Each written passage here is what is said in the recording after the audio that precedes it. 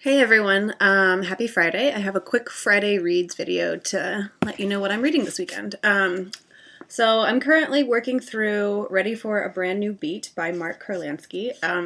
This is a nonfiction book and it's about the civil rights movement in the 1950s and 60s in America and kind of the parallels or the influence that rock and roll music had at the time within that movement. So I'm about halfway through it. As you can see, it's about, like excluding the bibliography and appendices and all that stuff, it's about 250 pages.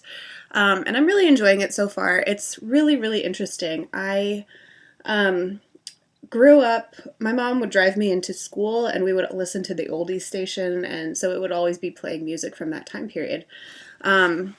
And, you know, like I'd heard things about Elvis being a rebel, but I didn't really understand why. And so this book so far is doing a really good job describing, why he was perceived as such a change, or like what exactly the shift was in the musical environment and why that was so threatening for some people.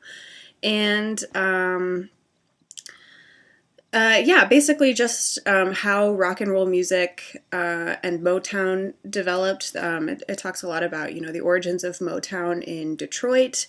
And yeah, so it's really interesting. It hasn't gotten, it's basically just setting up the musical foundation right now, so it hasn't gotten too much into, the political and, civil society ramifications of all of that.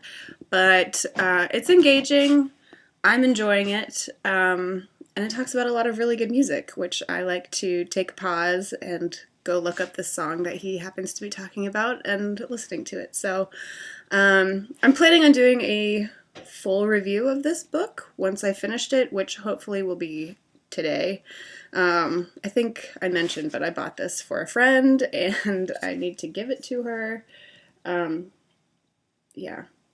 I also might end up making like a playlist to go along with this book because there's so much good music that he talks about.